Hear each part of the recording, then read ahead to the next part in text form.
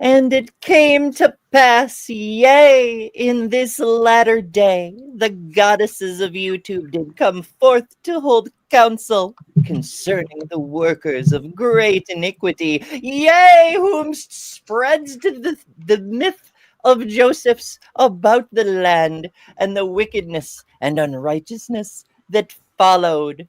Behold, all who have entered a Mormon temple must swear a blood oath not to reveal any of the secrets they have learned under the penalty of death. During these ceremonies, many Mormons have had exhilarating and even frightening encounters with apparitions or spirit beings inside the temple. Years later, Elohim, in human form once again, journeyed to Earth from the starbase Kolob, this time to have sex with the Virgin Mary. This magic underwear acts as an occultic talisman, supposedly providing the wearer with protection from satanic forces. My father, he got most of his wives by bribing other men with his daughters.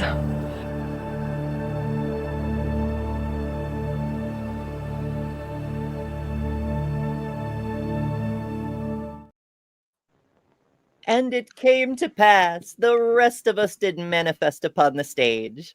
Welcome to Java and Jugs. Gotta press mute. Welcome, everyone. Hello.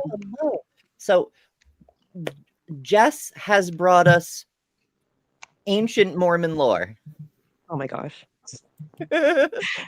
I cannot take all the credit for this because Ember spent all this time altering the audio and everything so that it could be actually used. So thank you so much for doing the hard work on this, Ember. I mean, it's I do what I can. What you do? I do. Because we're doing Mormons today, I thought it appropriate that I wear my magic underwear. This will protect me from all the demonic spiritual forces. Mm-hmm. I decided to leave myself open to all the spiritual forces, True. And I am Thomas. You never know when a demon will attack, so it's wise to be prepared at all times. Do I really have to worry about demons attacking me, though? Are you sure about that? No. I think I'm the one who orders them to attack others. I know. I'm like, you have wearing kids. all the armor allowed in women's video games, like That's women true. in video games. You just open, yeah. It's what we were talking about on Friday. The same item, the same stats, but on men it's a full plate armor, and on women it's a fucking bikini. Yeah, like women's, like we get sleeves. That's it, sleeves. I remember Callisto from Xena, and her armor left her entire torso open, and it is not practical. Come on. Not very practical. Definitely. I mean, why bother with armor at all at that point? Yeah.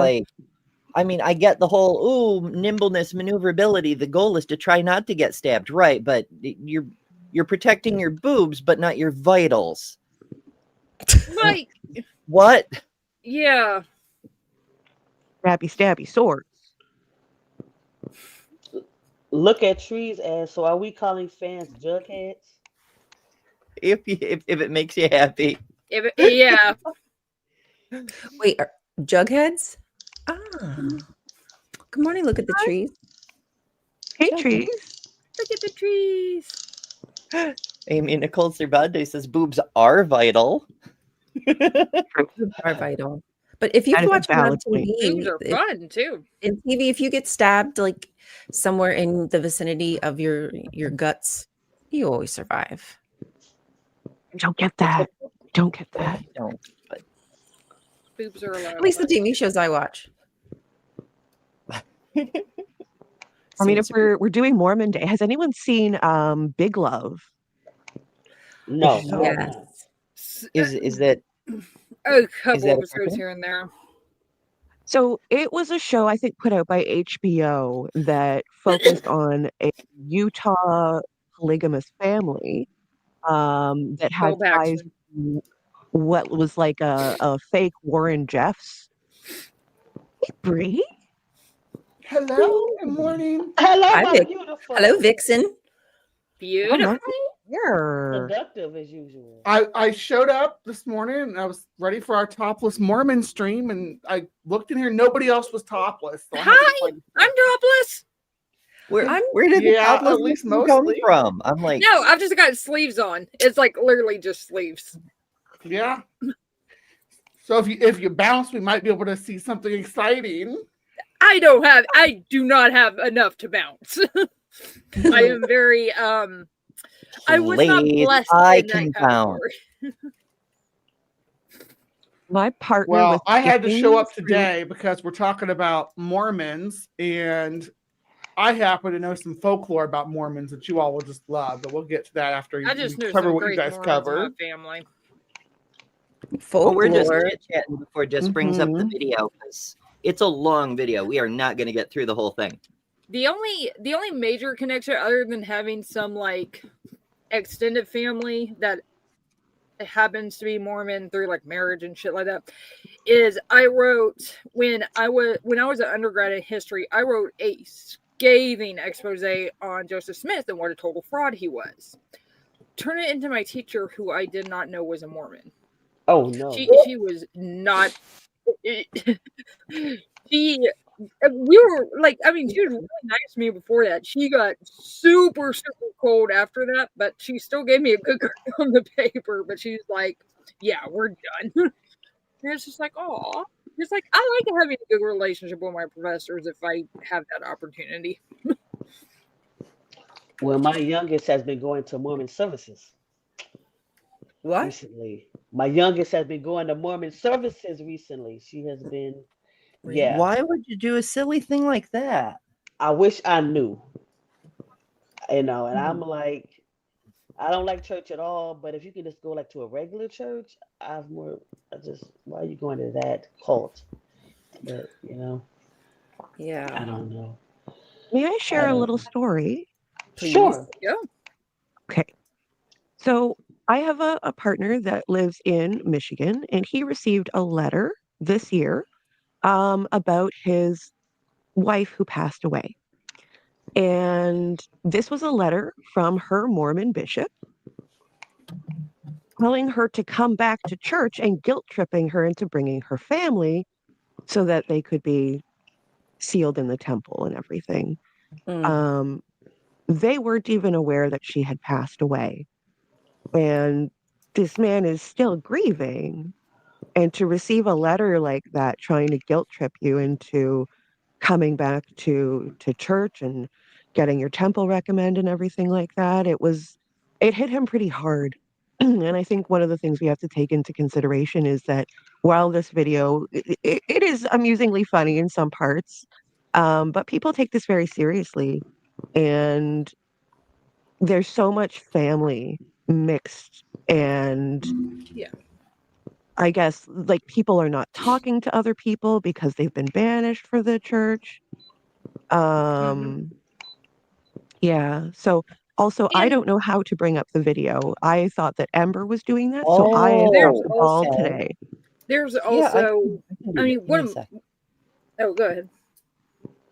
I was going to say, there's also one of the big problems with the Mormon Church that they got into a lot of trouble for was baptizing Holocaust victims. Yeah. And they did it to Anne Frank like 4 or 5 times, and it literally ended up where like half of the world was screaming at them to stop, and they're like, fine, we'll stop. And then they didn't stop. It's just like how unbelievably disrespectful can you be? Right. But that just goes to show you how they're not compassionate about people. They didn't even reach out to that person you were talking about, Jess. They didn't reach out to say like, oh, sorry that she passed away. They didn't even know she passed away, yet they're sending letters to demand that they come back to church. Why? Because they want money. Yeah, they don't care. It's never how are you. I mean, it's not just churches, but the cults are especially bad about this kind of thing. But there's so much of our society where it's like, we haven't heard from you. Send us money and come pay attention, pay heed, just pay something. Yes, hope like, you're we don't okay. care about you. It doesn't matter if you had a baby. It doesn't matter if you got fucking stabbed in an alley. Come do the thing or feel guilty. Exactly. Everything's a transaction. It comes with conditions. One thing before we do start the video, I watched, to get a little bit more background on this, Alyssa Grenfield's video, where she breaks everything down in regards to the original movie, which I thought was from the 70s, by the way, but it's like a 2003 Jeremiah film production Right. video, The which footage is is like an taken from older evangelical. documentaries. Yeah. So definitely check out her video on it, because she's an ex-Mormon and can go through so much more than I can. I am prepared with my Book of Mormon today, and I've got the Doctrine and Covenants and the Pearl of Great Price ready. Here we go. Oh, hell yeah. We got all the accoutrement, as it were. Yep. I got yeah, their this is Bible and a Book of Mormon. And I have 2 scriptures marked out that we should read at some point. Not right now, but Hey. I'm prepared. Okay. Oh yeah. Yeah, I didn't know they still made VHS tapes in 2003. Like, okay. I thought we were on DVD and like Blu-ray was on the verge of taking over by that point. But it's a VHS made of clips from older VHSs. So what could possibly go wrong?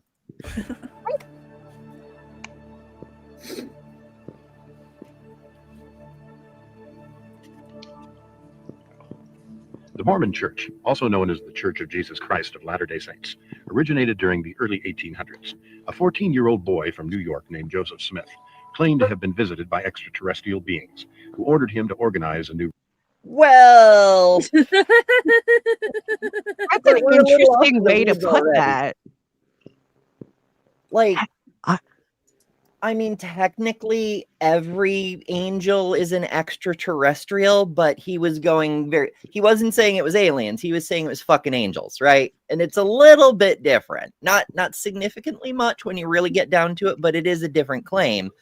And also, he wasn't 14 at the time. Like, by the time he got around to the Book of Mormon nonsense, I found the golden plates and yada yada, he'd already been convicted of multiple felonies for fraud. So... but details. religion. Despite such unlikely beginnings, Smith's followers quickly began to grow. They eventually headed west and settled in the Great Salt Lake Valley in Utah. Today, well, that skips over a lot of relevant history.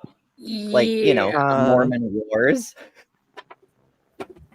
There was also the time where they slaughtered a whole bunch of people. What was that called? It starts like an Mormon War. I'll think of it.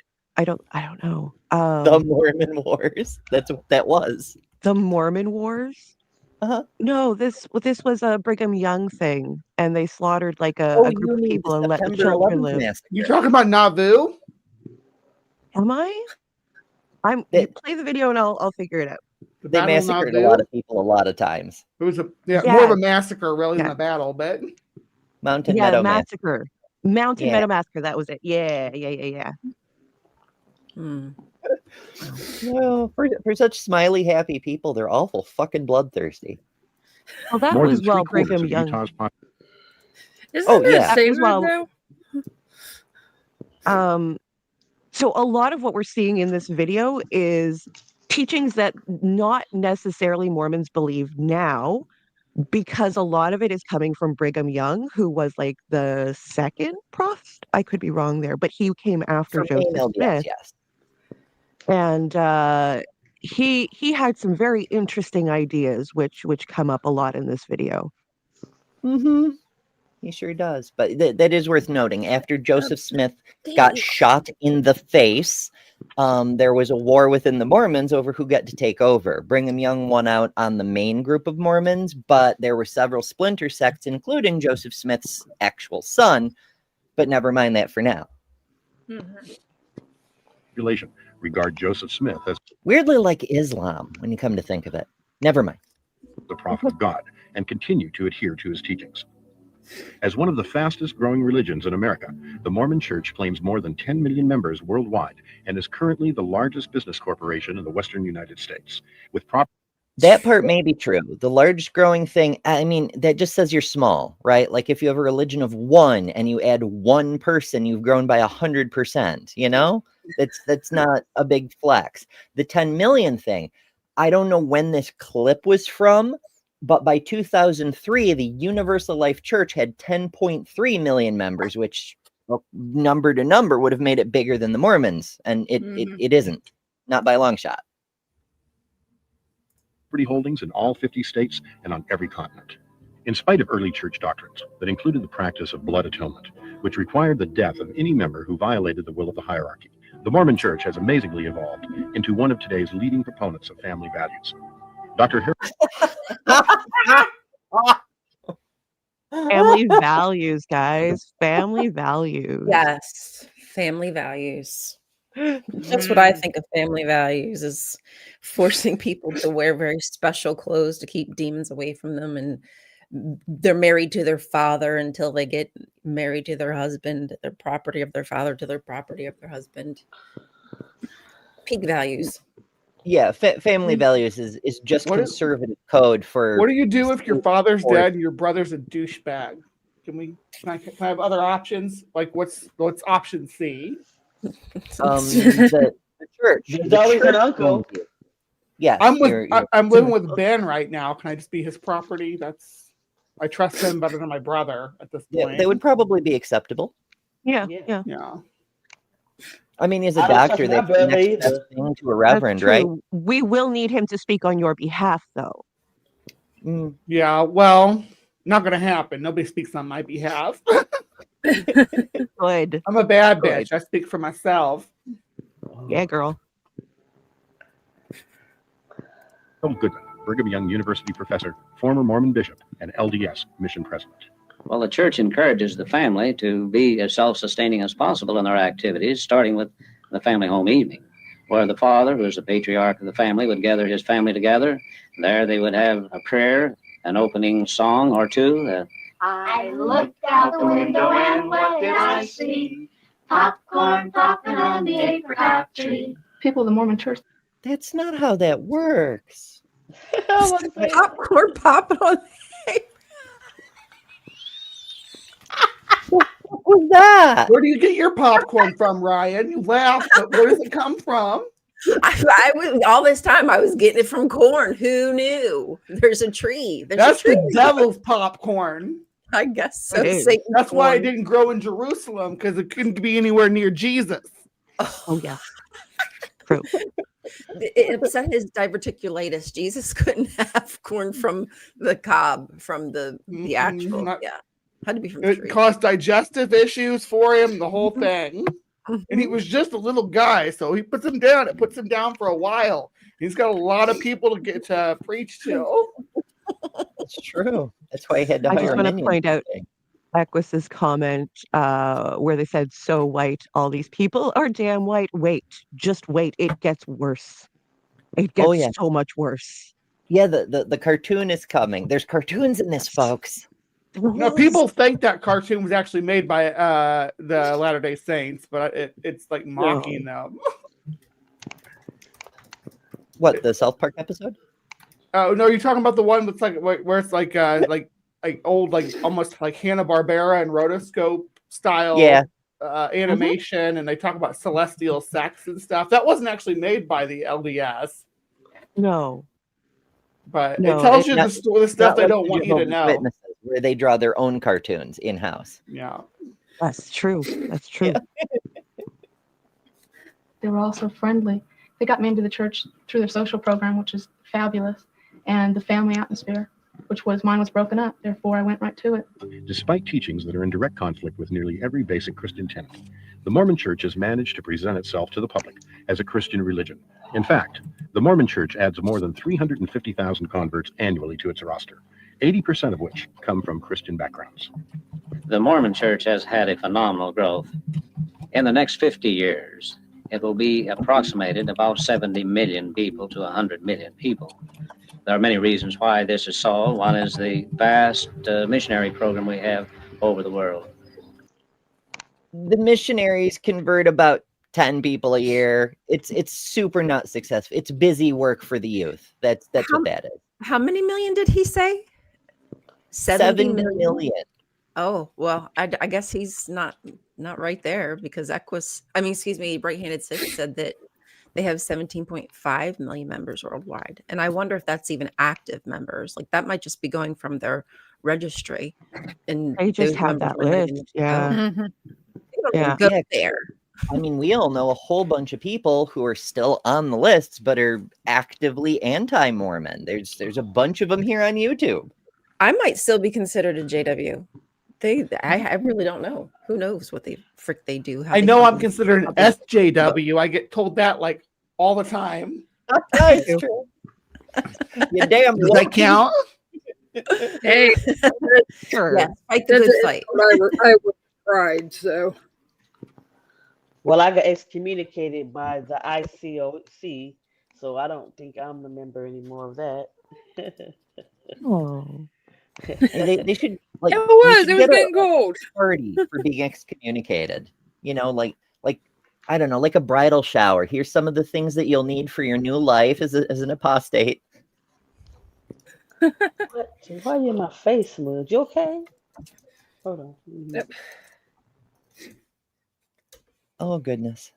And yeah, right-handed Seth is correct, technically correct, which is the best kind of correct. They believe in Christ. That makes them Christian. Mhm. Like, the doctrinal stuff does not matter. They are Christian. Arguably, they're more Christian than the Christians, because they don't let Paul's bullshit get in the way of what Jesus said, even though they made up what That's Jesus always said. so funny when They all did. one sect of Christian decides to tell another sect of Christian that they're not Right. Christian because they do this or that. It's like none of you, not a single sect of you all have, a pure version of what Christianity that Christ No was such thing. allegedly out there teaching in the No Levant. true Scotsman. No true Scotsman fallacy. There is no such thing. And who has the right to tell somebody else that they're not Christian, that they're not a believer, that they're not a follower of Christ? Well, it's weird to bring this to like a modern perspective, though. This was people with this Zoran Mandami situation. They're like, oh, he's a Muslim. Muslims do this. They inflict Shiar law on their population and stuff.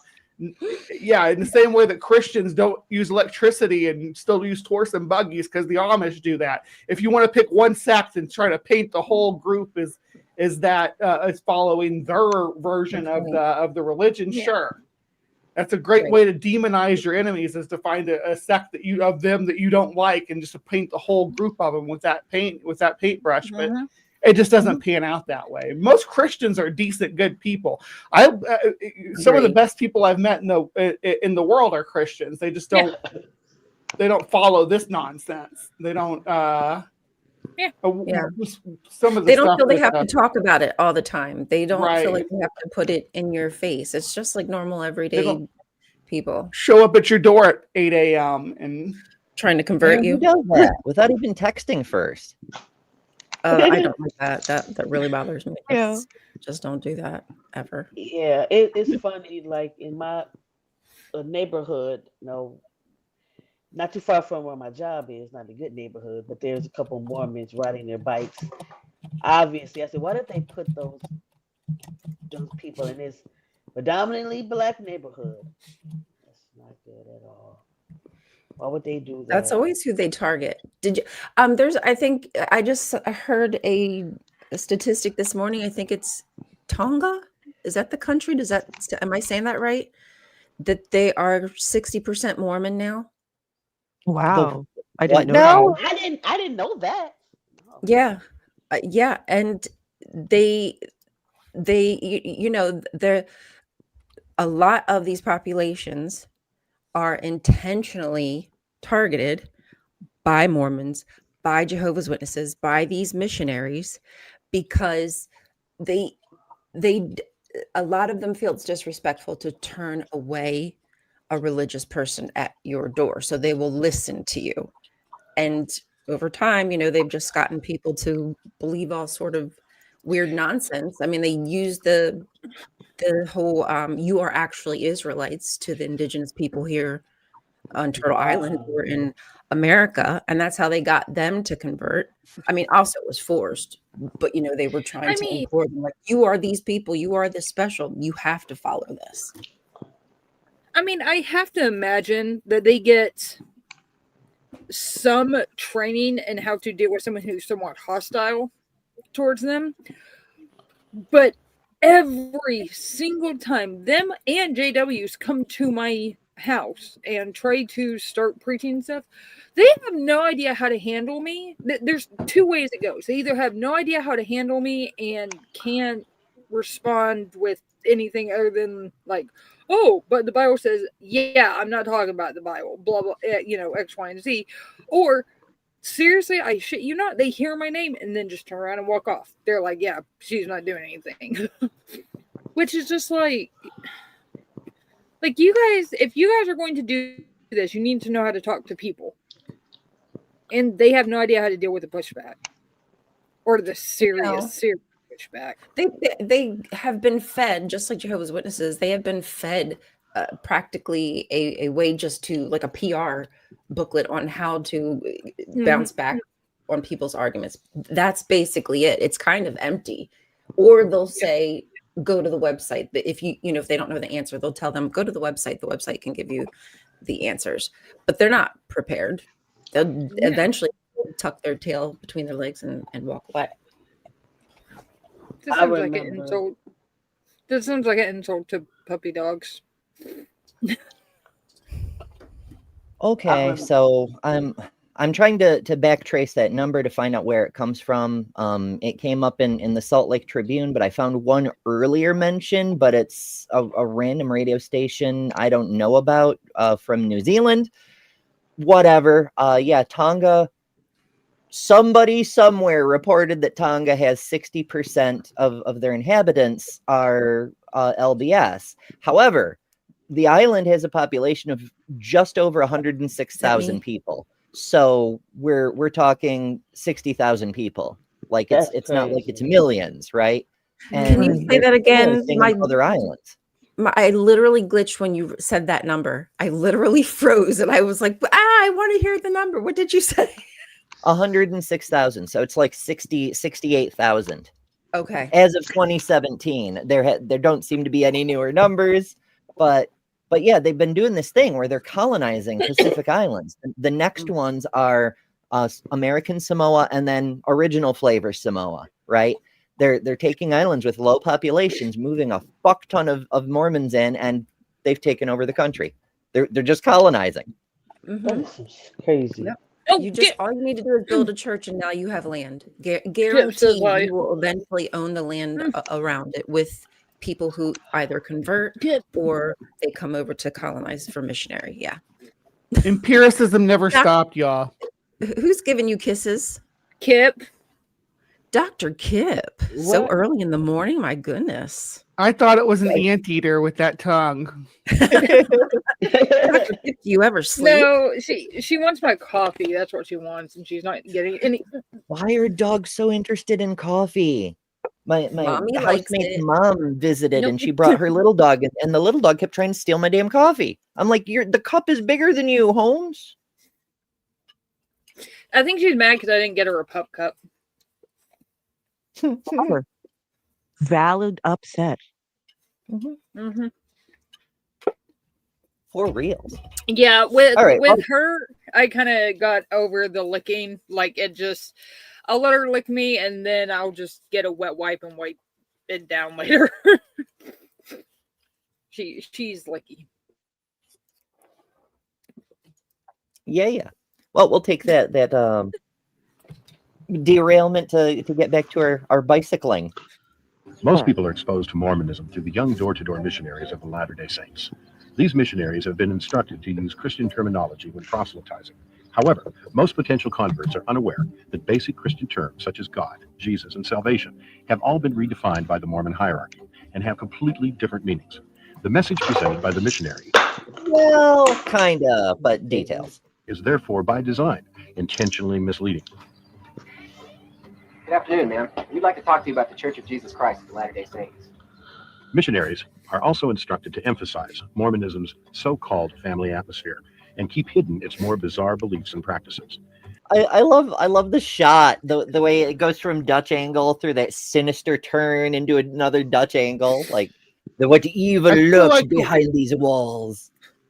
I feel like whoever made this isn't a big fan of the Latter-day Saints. Don't It seem kind to of be. seems that way. Talk about their bizarre rituals.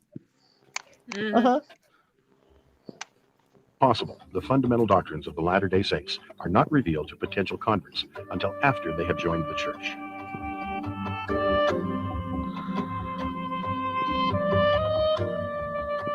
Regardless of its Christian veneer, the basic tenets of Mormonism are in direct conflict with biblical Christianity. The following piece of animation, based directly on actual Mormon publications, highlights these major doctrinal differences. Mormonism.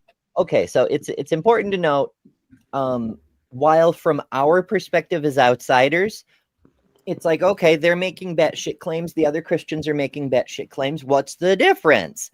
But from this person who apparently is a Christian and is calling the Mormons heretics, it's like, well, my crazy nonsense is obviously true, and their crazy nonsense is different, and therefore obviously false.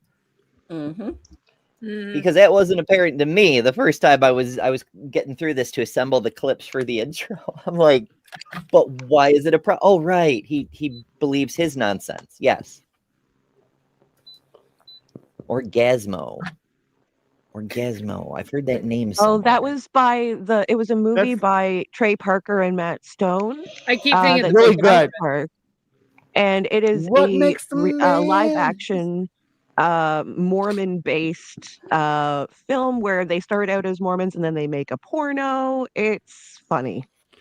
Well, he starts off. also have- Trey Parker's character starts off as Mormon, and he goes to Hollywood to do the door knocking, and they knock on a porn studio's door or whatever, and the producer tells them to go kick their asses or go kick people at the door's asses, and Trey Parker kicks all their asses with his Mormon kung fu. So they put him in the movie as the stunt double for Orgasmo, but his partner is actually working on a real Orgasmo gun, which is Orgasmo's weapon. He blasts it causes you to have an orgasm.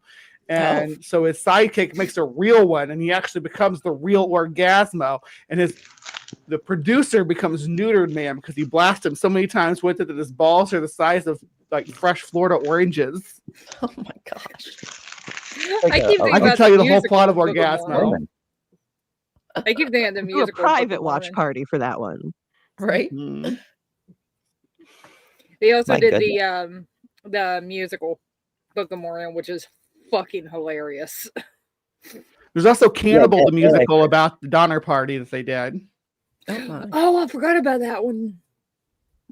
The dinner party. Sounds delicious. I mean, stunner party. Nom nom nom.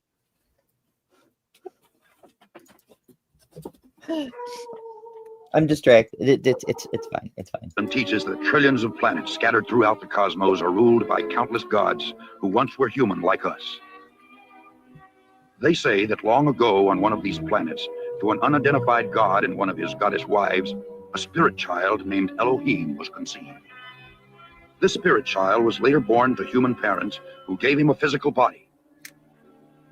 Through obedience to Mormon teaching and death and resurrection. Wait, so he was born twice. So this is the whole you must be born again thing. Is you're born as a spirit and then you're born in a body. They didn't explain that too well, did they? Yeah. No, they didn't. Elohim was born twice. Okay. He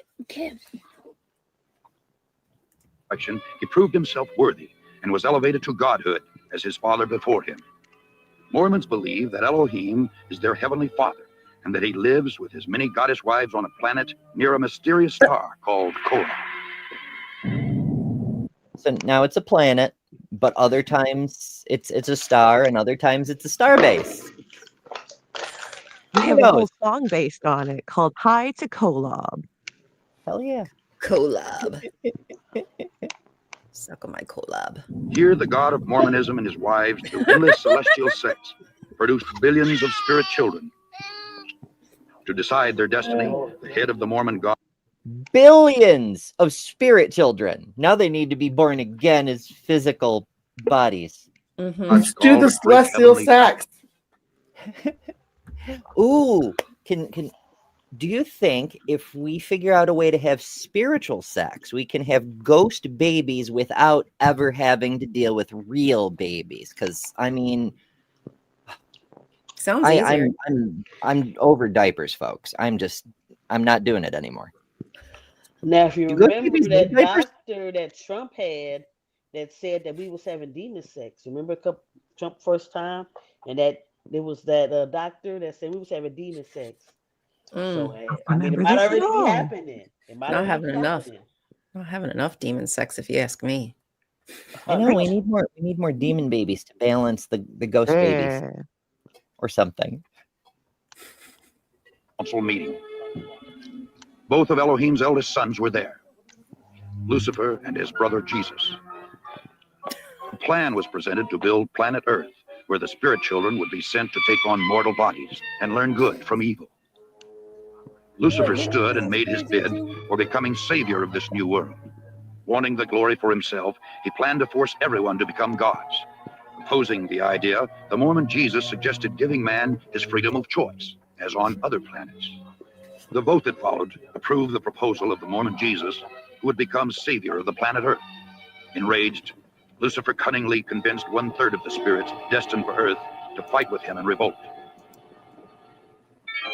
Thus, Lucifer became the devil and his followers the devil. Your hair changes when you become evil. Everybody else thinks the devil has horns when he really just has Wolverine hair.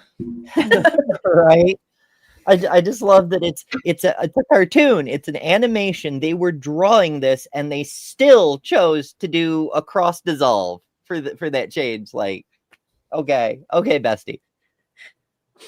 Demons sent to this world, they would forever be denied. So wait, that means 1/3 of humans are actually demonic. We're not possessed by demon spirits or oppressed or whatever the fuck. Our souls are actual demons. Yep. Makes sense. Interesting. Not ours. Wait, there's more. I was like, so you mean that beards are demonish? Because I love the beards, so I've been loving demons this whole time. That's Only if they look like Hugh Jackman. Oh, okay. Then no.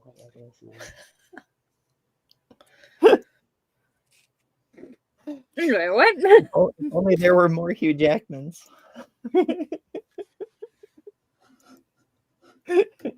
Bodies of flesh and bone. Those who remained neutral in the battle were cursed to be born with black skin. This is the Mormon. Oh, so the demon people are fucking fine, but the neutral souls who are like, Jesus, Lucifer, who the fuck knows? Who am I, right? No, they get cursed. Fuck them. They said darker Dark skin. skin. That's me. That's me then. That's me. And that's a thing that wasn't disavowed in the church until 2013. They let is it the same black curse people as the Lamanites curse? Because the Lamanites were cursed for a different reason, if I recall correctly. Actually, I'm unsure on that, Ember. I'm unsure on that. Don't know. I just know that this was like a Brigham Young teaching, and in the 70s, they actually changed some of the doctrine. They had a vision or whatever, and black people were allowed then to get the be sealed in the temple, be priest, have priesthood, be priesthood holders, I guess you would say. But then I learned that it wasn't actually like said, no, that is incorrect. That is an incorrect teaching until 2013, which is bonkers. Right. Mm-hmm. And we should also clarify, the term priesthood means something different in Mormonism. It basically means you're allowed to be considered a full adult male in the congregation. It's you're not the one preaching. It's just you're allowed to be there. That's crazy. Didn't even see them as worthy. Did not even see them as worthy until 2013 is what I would say, is when they finally rebuked it, is when I would say they actually acknowledged that they had done wrong. But did they really acknowledge and have they truly changed things? Yeah, I mean, there's still, to my knowledge, no bishops or stake presidents or any of those other random offices. They have so many random offices, but that's the subject for another time. Maybe the video will get into it. An explanation for the Negro race. The spirits that fought most valiantly against Lucifer would be born into Mormon families on planet Earth. So this is another thing that makes it seem like it's Hanna-Barbera era, because like nobody's used that term since like the 1970s at best. Mm-hmm. But it looked like a 1970s cartoon, though. It's I don't know. It's like it's so badly done. It kind of has that style, but it's like the Wish.com version. It's like how Ben Shapiro technically wrote a movie, but isn't really a screenwriter kind of thing. Like if the llama popped up and said, "Carl, that kills people," the animation would fit right in. Yeah, exactly.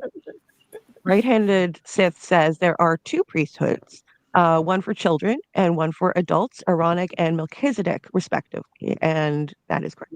Oh, that explains a bit. I recall hearing that there's like two different initiations for different levels of priesthood, but it wasn't made clear to me that there was a junior priesthood. I think they talk about that a little bit more when they go into like temple endowments and things like that. Are they like youth pastors? Youth pastors who are actually youth. Right? That's crazy, John Hudson. I have a book written by LSD called The Negro and the LDS.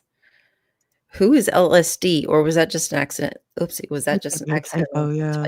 It could have been intentional to like make fun of them. That's why we're like, you know, could be either or. LSD church. But it's just Now deplorable that they see people with brown skin as having some kind of curse and white skin being pure, or meaning something like of righteousness. Well, that's one of the hallmarks. That's one of the facets of it being a religion from the United States in the 1830s, is you had to bake racism right into the doctrine, Mm-hmm. Yep.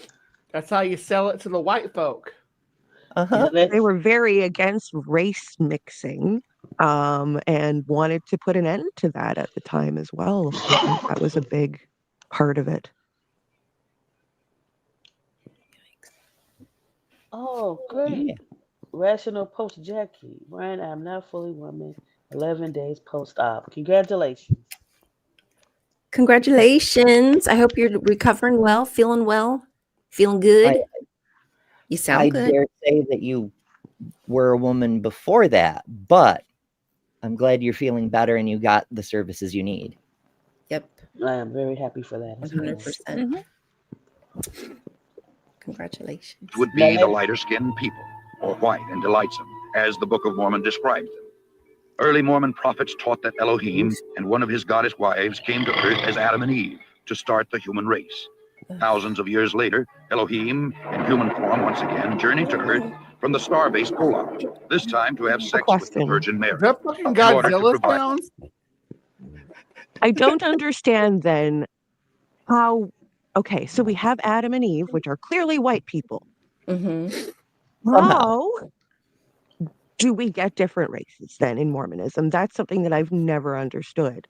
Because if Adam and Eve are white, how could black babies be born at all? The curse of Ham. Understand. The curse of Ham is what did it. No, the curse of Ham is the Baptists. The Mormons have the curse of the Lamanites. Like I think they also teach the curse of Ham, right? in their life, or their ancestors made decisions. But this is weird for another reason, because they're saying that this Elohim is like a DID system of a person who takes on physical form. He doesn't need to be born into a physical body. He can just put one on like a spacesuit, I guess. And now he's here on Earth to screw one of his own descendants to jam another spirit into a physical body, even though he doesn't need to do that himself somehow for some reason. that is something with the Mormon church as well, and why a lot of other Christian denominations say that they're not Christian is that they don't believe in the Trinity. They believe that God, the Holy Spirit, and Jesus are three separate things, not Yeah. a trinity of one monotheistic God. Yeah.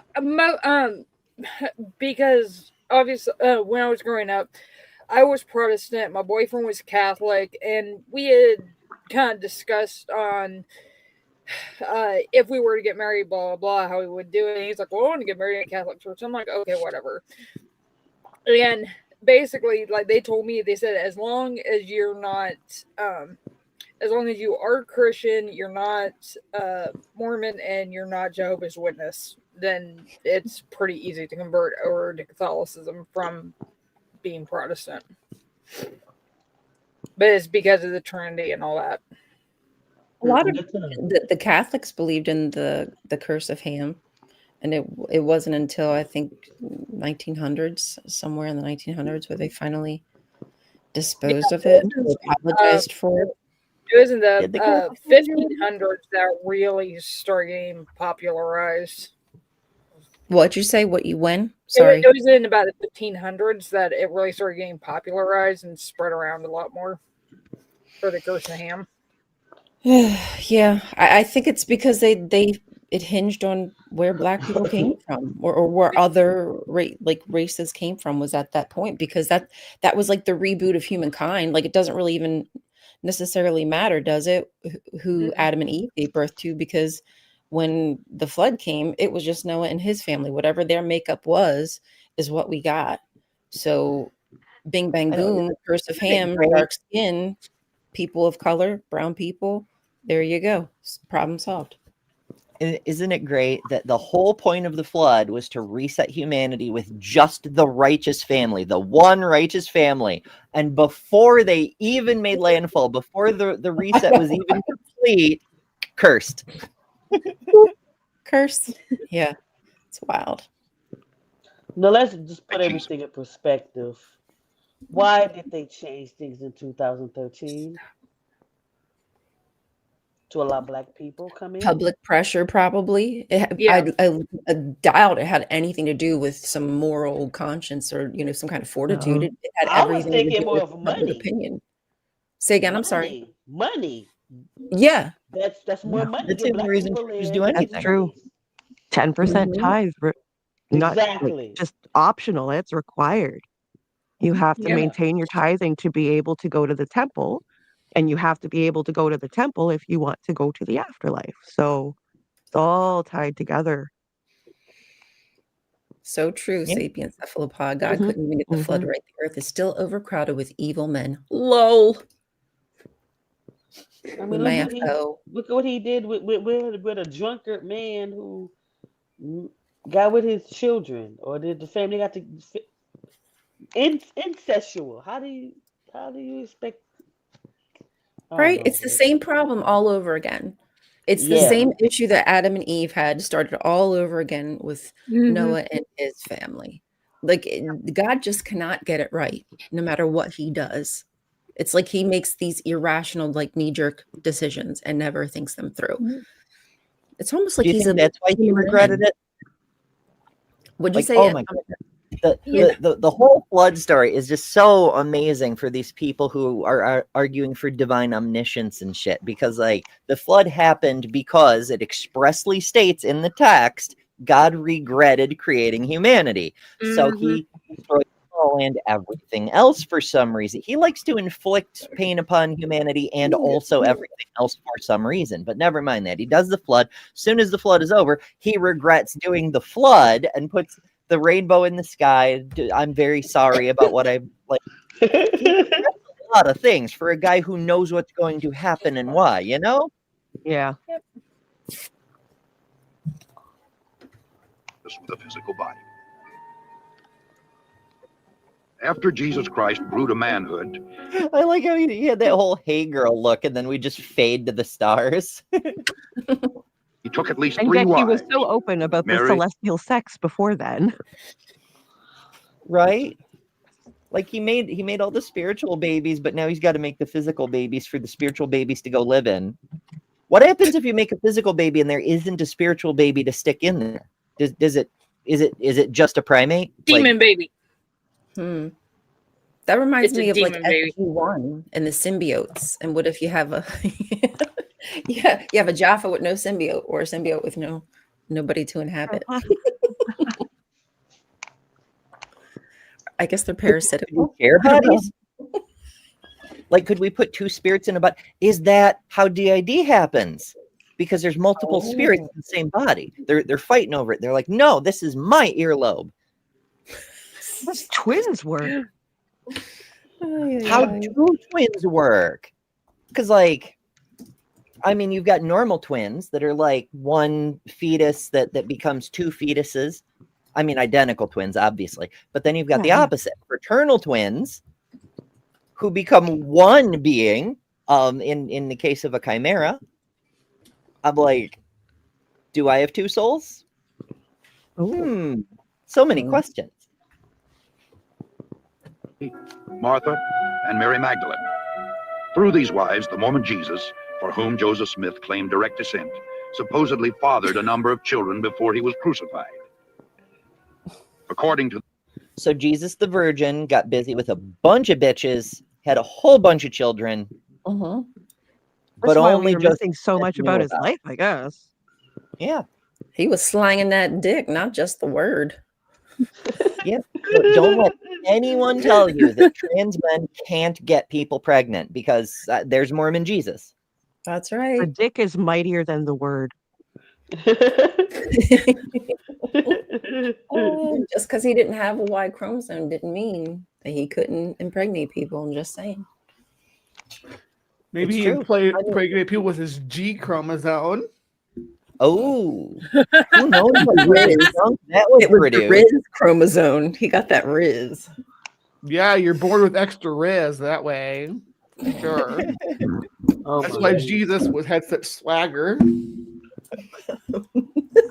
Yeah, that's why they don't put the cross on temples or churches, because it's actually Jesus' penis. It's wood. Yeah. Oh, it's just wood. so it's phallic. Yes. Mm. No, I'm completely Now I'm joking. I was horny. going off the So is those three crosses? Is that an orgy? Sorry. Okay, shut up. Oh my. The Book of Mormon, after his resurrection, Jesus came to the Americas to preach to the Indians, who the Mormons believe are really Israelites. Thus, the Jesus of Mormonism established his church in the Americas as he had in Palestine. Well, at least they called Right. it Palestine. At least they called it Palestine. Okay. They got one thing right. He preached to the Indians, and they show a fucking Algonquin, but they're in fucking Chichen Itza. Like, okay. There is so much wrong with what's going on screen right now. Like, Yeah, so it take us hours to go through what's wrong with So that. confusing. They are so confused. Not as confused as I am.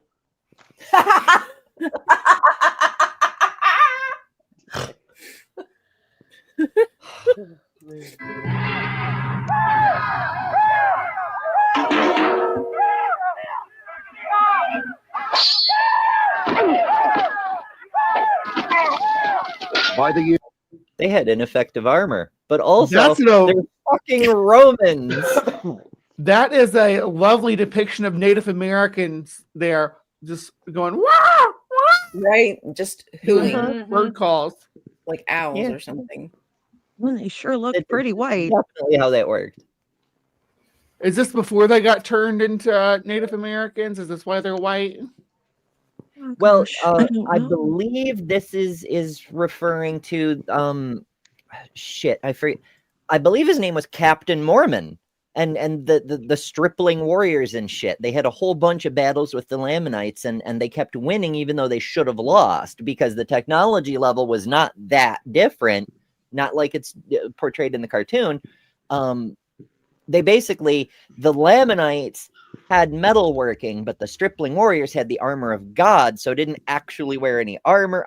I may be misremembering the story. It's been a couple of years, but it's a big fucking deal around the Mormon dinner tables and shit. And they just kept winning. It's war heroes or something.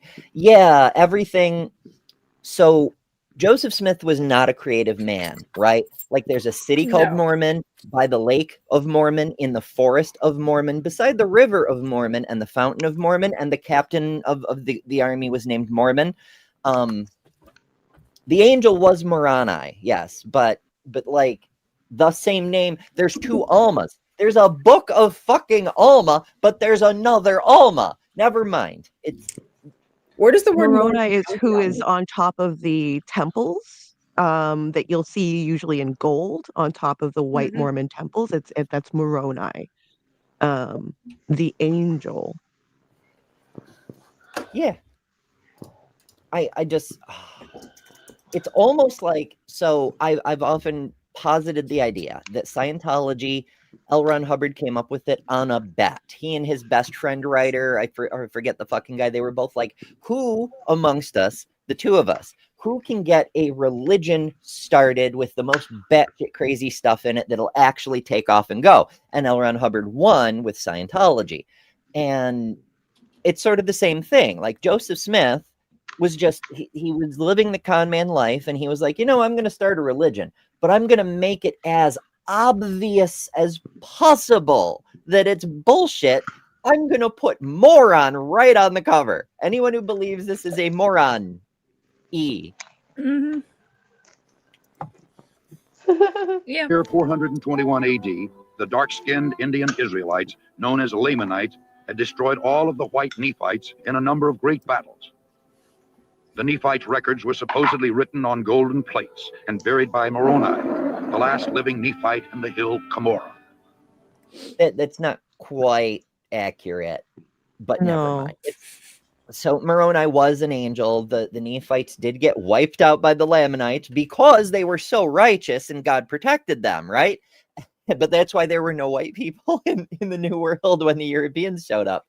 But also, why were there white people but not in Israel? And also, Reformed Egyptian is not a language. And also, there's so many alsos. At least they got the Hill Cumorah part right. But even that, like, never mind. I could go on all fucking day with this shit. The reason I care at all is because Hill Cumorah is like half an hour down the road from me. Like, I live right next to Mormon Central on the East Coast. Wow. And when I was first starting out on YouTube, because of my proximity to the physical temple and encounters with IRL Mormons, I got to included on Aaron Ra's Reading Joseph Smith show. So I've gotten into the text a bit here. And it's wild. It's 1,400 years later, a young treasure seeker named Joseph Smith, who was known for his tall tales, claimed to have uncovered these same gold plates. Known for his tall tales is a hell of a way to put convicted scam artist. Right? Like, this is coming from people that disagree, and they could have embellished that a little bit more, I think, and they didn't. So that questionable. Yeah. Some of this stuff, it makes me wonder. Oh, hey, right-handed Smith is right-handed Smith. Right-handed Smith. Oh, are you related to Joseph Smith? There are a shit ton of Smiths in the area. Just to be fair, but like I've never wondered about any of the other It's only because we're talking about the Mormon stuff. But anyway, yes, Central Square. It's like 20 minutes that way. So I'm like right between Central Square and yeah. Yes, Zachwitz, that was probably the best joke ever on Aaron's Fire channel, is reading Joseph Smith. It's just the best. He is now honored by Mormons as a prophet because he claimed to have had visions from the spirit world in which he was commanded to organize the Mormon church, because all Christian creeds were an abomination. It was well, he's half right.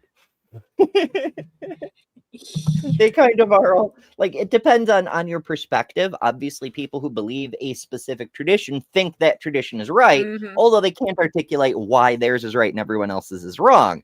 But from the perspective of any version of a historical Jesus, all the Christianities are heresies. Every single fucking one of them. Biblical Jesus was a Jew. Yeah, I agree. Joseph Smith, who originated most of these peculiar doctrines which millions today believe to be true. By maintaining a rigid code of financial and moral requirements and through performing secret... Oh, yeah, the limit. No coffee. It's a moral decision. That's right. It's immoral to have coffee or Coca-Cola. Oh my God, that's crazy. Crazy. Oh, here I go sinning again. And yet they allow energy drinks. That's right. I don't know why. It's just fun. It's just fun. Well, there was a thing that I had heard one time wherein Joseph Smith had his part in it, but also his wife was very active in the church. And when they had like the Pearl of Great Price and the Doctrine and Covenants, that like the Pearl of Great Price, I think, is where we get the word of wisdom, which is what they're talking about with the no coffee and tea thing. That was because he was pissed at his wife one time that she had said, well, alcohol's not allowed in the church. And he said, oh, yeah? You can't have tea with your friends anymore. That's what I heard at one point. I'm just passing on a mythology lore that I had heard. Well, that's just fucking rude. Yeah. I mean, it may be apocryphal too, but you know, c'est la vie. Equus says, I never saw the Iron Show with you, Ember. Yeah, we did. Well, I did two of them. We were doing Reading Joseph Smith, but that ended a couple years ago, and I was also on Blasphemer's Bible. And the reason I'm not on either anymore, well, I mean, Joseph Smith ended, but there's two different dramatic stories that I'm not going to get into because I don't like to go into drama and such. But suffice it to say, I looked a little different back then. Temple rituals for themselves and the dead, the Latter-day Saints hope to prove their worthiness and thus become gods. The Mormons teach that everyone must stand at the final judgment before Joseph Smith, the Mormon Jesus, and Elohim. I love how they insist on saying the Mormon Jesus. As if whatever Jesus he believes in isn't equally made up, but it's fine.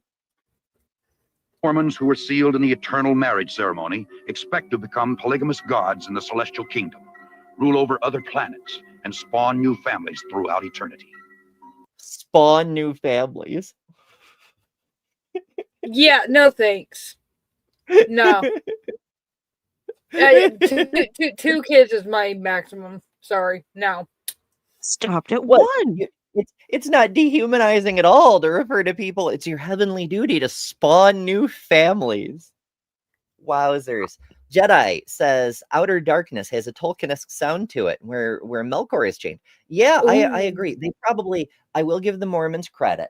Their version of hell kind of makes the most sense out of the various Christianities. You know, it's like you just banished to the outer darkness. Like that's it. Yeah, It's just outer darkness. You're just out. That's it. The way, that is what happened to Morgoth, for real. Yeah.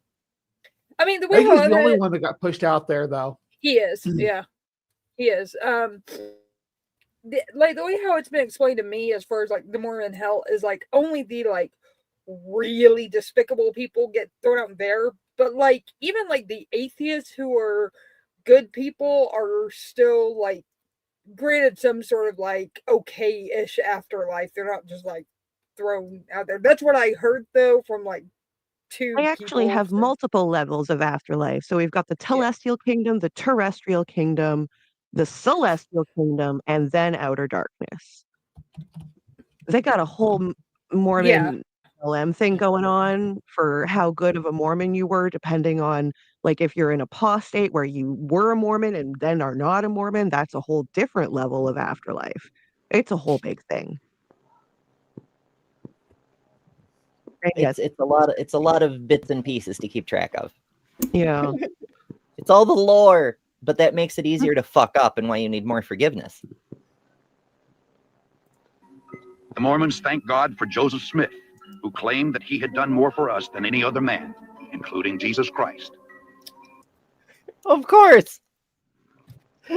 I mean, he's only writing the stories about Jesus' appearances in the New World. What did fucking Jesus do? I mean, compared to fucking Nephi and all those assholes who are like, oh, in a few generations, this guy named Jesus is going to fucking apparate in the middle of town. Y'all better follow him or you will suffer for all eternity, you know? The Mormons believe that he died as a martyr, shed his blood for us, so that we too may become gods. Well, why would you mourn that then? If he like was the prophet and he's like becoming the judge of future gods. Whatever.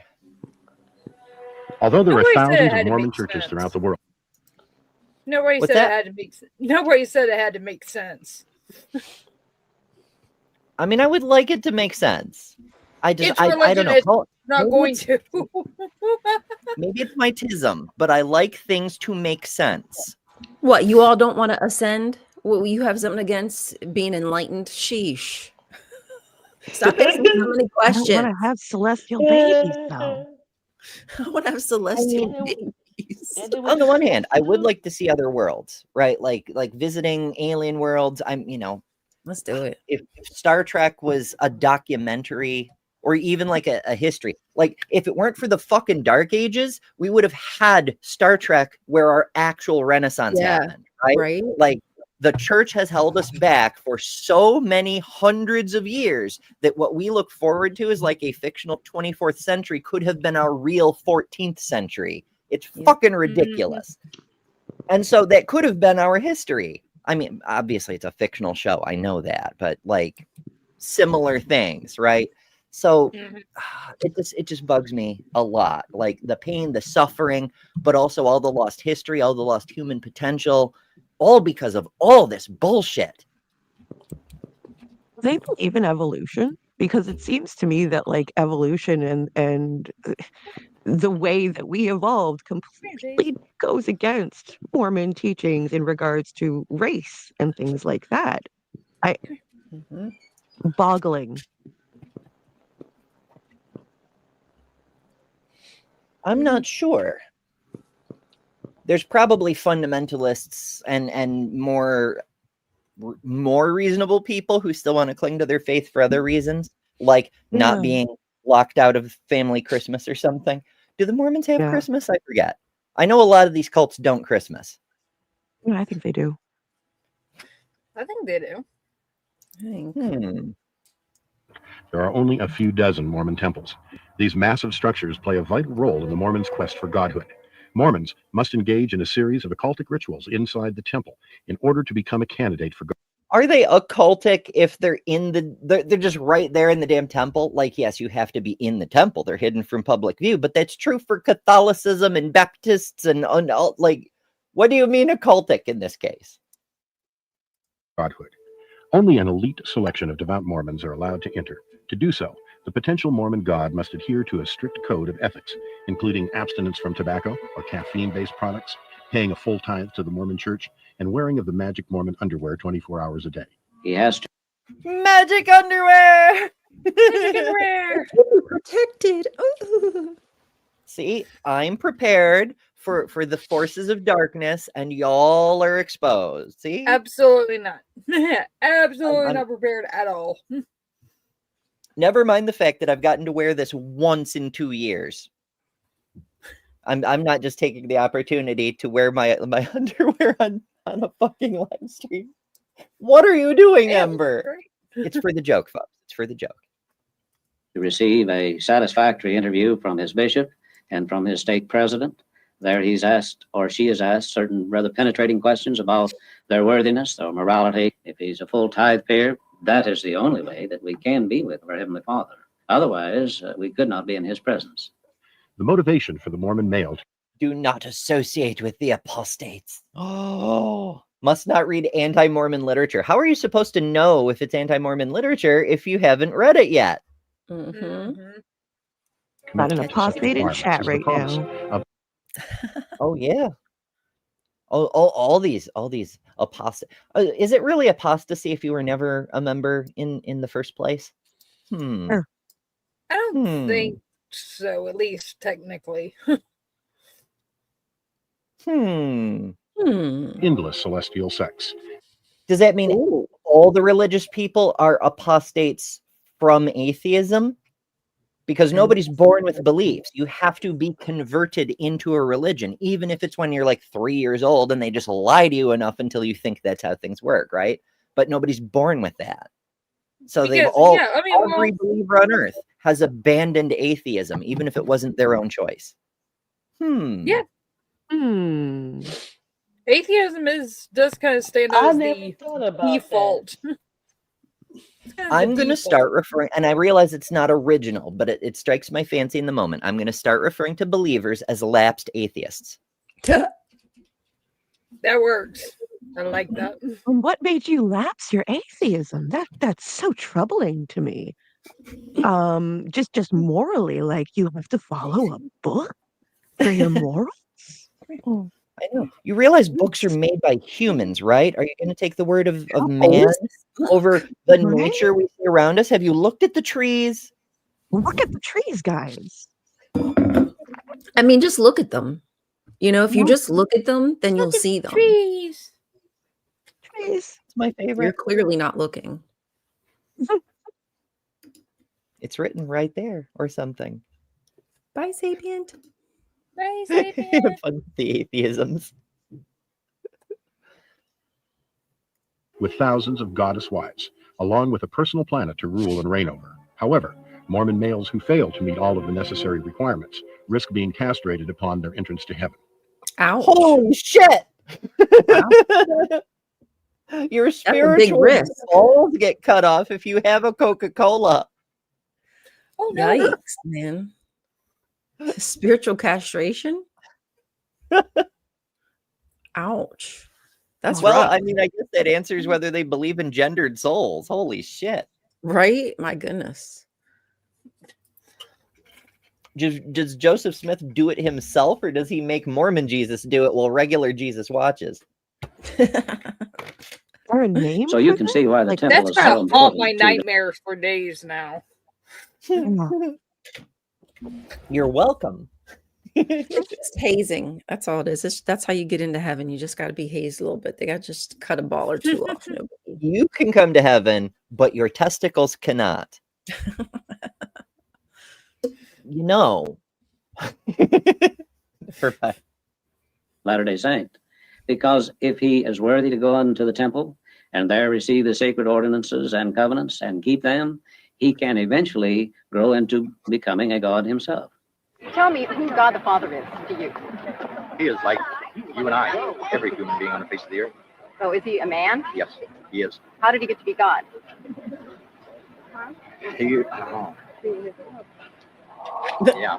He's perfect in every way. So if we are perfect, can we become like God? Yes, ma'am. The pagan practices of Mormonism, but also why, if the temples are supposed to be special, I get building one in Salt Lake City where they built their new homeland or whatever. This is the chosen place. It'll be the new Zarahemla, whatever. But like, I get having churches for congregations, but like temples, the way they're built up, shouldn't it be just for like the super, super holy places like the Hill Cumorah? And incidentally, the temple at Hill Cumorah is not on Hill Cumorah. It's down the road, but never mind that. But like, I don't know where the Garden of Eden was, that sort of thing.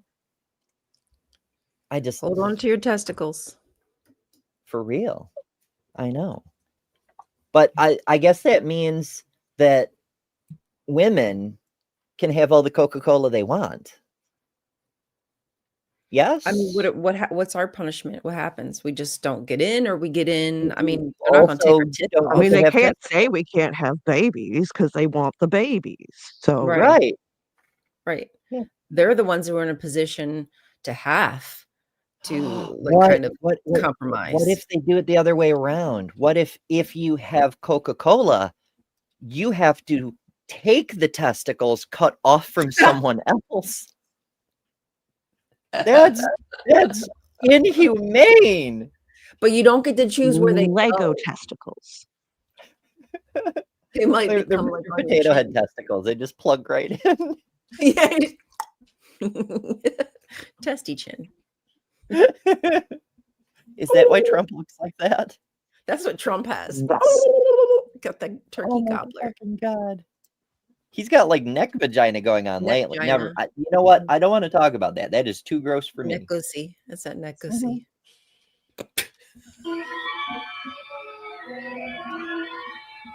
In addition to the eternal marriage ceremony, Mormon initiates are required to engage in a number of occultic rites inside the temple, including a bizarre ritual known as baptism for the dead. Brother Pratt. As opposed to the bizarre ritual called baptism for the living. Both weird. I know.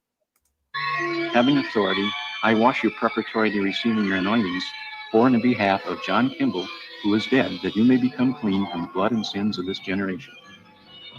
Mr. Bradford. What is this music? So they're just baptizing living people and pretending they're like substituting for dead people. This sounds like necromancy. I don't know. I wash you preparatory to receiving your anointings for on behalf of Eliza Barrett. Eliza Barrett, who is dead, that you may become clean from the blood and sins of this generation. Chuck Sackett is a former Mormon temple worker who conducted thousands of ceremonies during a 9-year period at the Los Angeles Temple in California. After entering the temple, men and women are separated. These initiates or patrons first enter a dressing area where they're instructed to remove all their clothing, which is then placed in a locker and locked with a key. Their naked bodies are covered with a poncho-like sheet called a shield. Well, then they're not naked, are they? They've got a sheet on. Right. I wash your head, that your brain and intellect may become clear and active. Your eyes, that you may see clearly and discern between truth and error. Your nose. Why would you baptize a dead person and start with may your brain become active? This is how you get zombies, you fuckers. It's true. That's true. And why are you touching this water and then putting your hand Wait. on my eyeballs? Did I miss zombie instruction while I was reading this thing about Bigfoot? Yeah. Instructions on how to make Mormon zombies, because I need to know. Yeah, they're I can baptizing rule this dead world with an people army and of they're Mormon touching people's zombies. bodies. So apparently you start out with first you get your willing victim who wants to be baptized on behalf of the dead person somehow. And Jesus fucking Christ.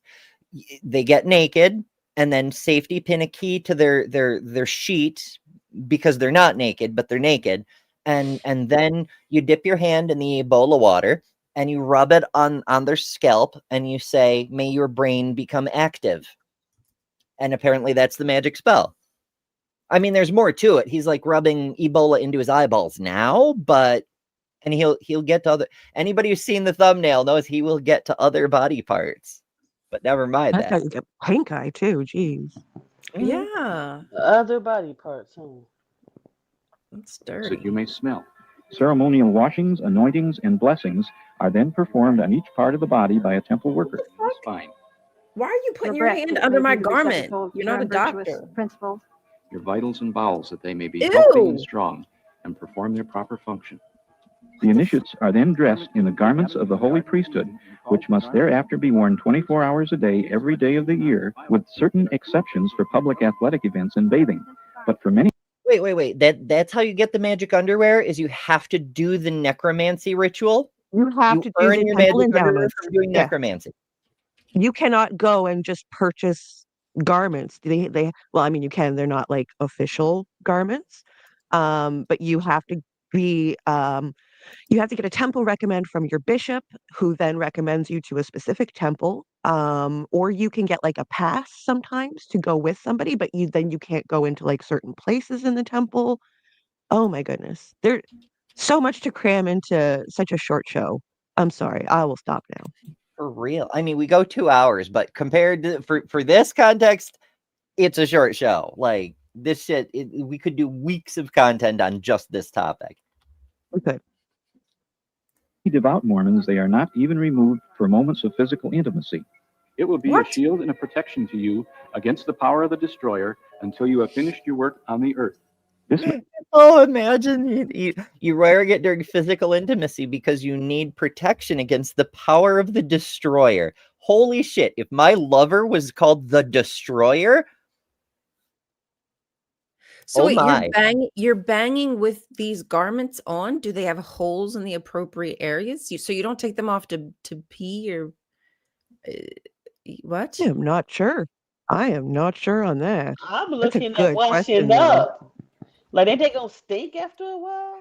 Right. Like, do you wash it? Like, what?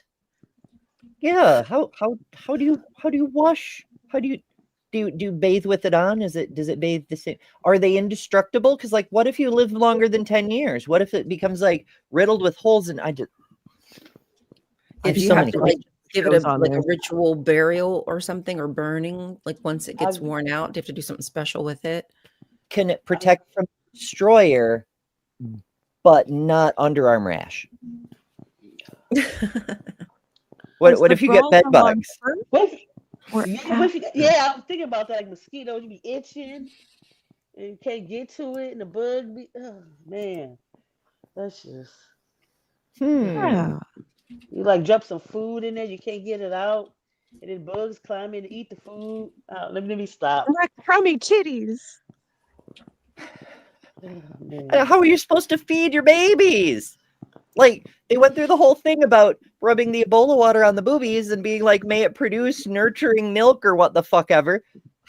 But if you have the magic underwear that you can't ever take off, like, what are we doing? How do you give birth? Like, what is happening? Ooh, it's that creepy. could get messy. Can you imagine like having blood and placenta on the magic underwear you can never take off? Okay. Like for the rest of your life? I want to Fuck. read why because Weesbro comments. Oh, okay. Yeah, Trump's neck looks like a vagina. So Weedbro says, I bet he tries to grab it when he looks in the mirror. We can only wish that he just, you know. Is it an assassination if he does it to himself? Chokes himself out. Magic underwear acts as an occultic talisman, supposedly providing the wearer with protection from satanic forces and their terrible consequences, so long as it is worn constantly and temple vows are kept. Ain't All nothing who getting in there. Yeah. I was saying it ain't nothing getting in there. You ain't doing nothing with that. I None of this know. makes sense, though. You still have to work and live in a world where other people would be under that demonic influence. What purpose Well, does that's the this thing. serve? We're not vulnerable to demons. You ever notice that the demons only ever possess the Christians? It's only ever the Right. Christians who need deliverance and shit. It's because the demons aren't interested in us. We're already damned. It's the elect, the chosen people that the oppressive demons have to try to drag down to hell or something. But also, if you can build magic underwear that can protect you from the immortal supernatural powers of the demonic realm, why can't you build armor that protects you from a fucking stone-headed arrow?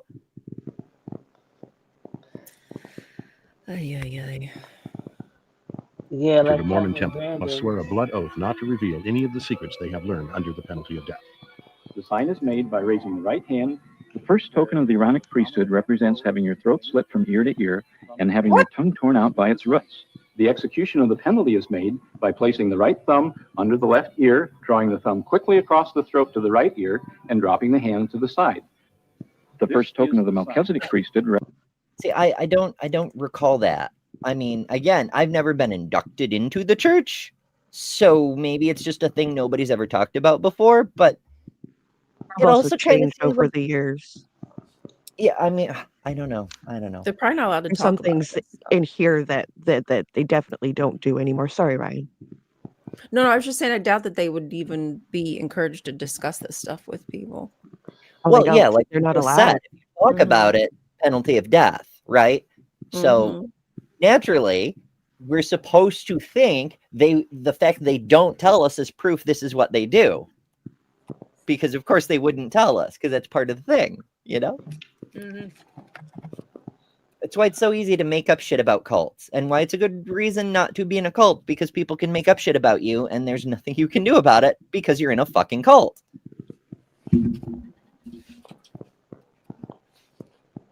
Represents having your belly ripped open and having your vitals and bowels gush out upon the ground.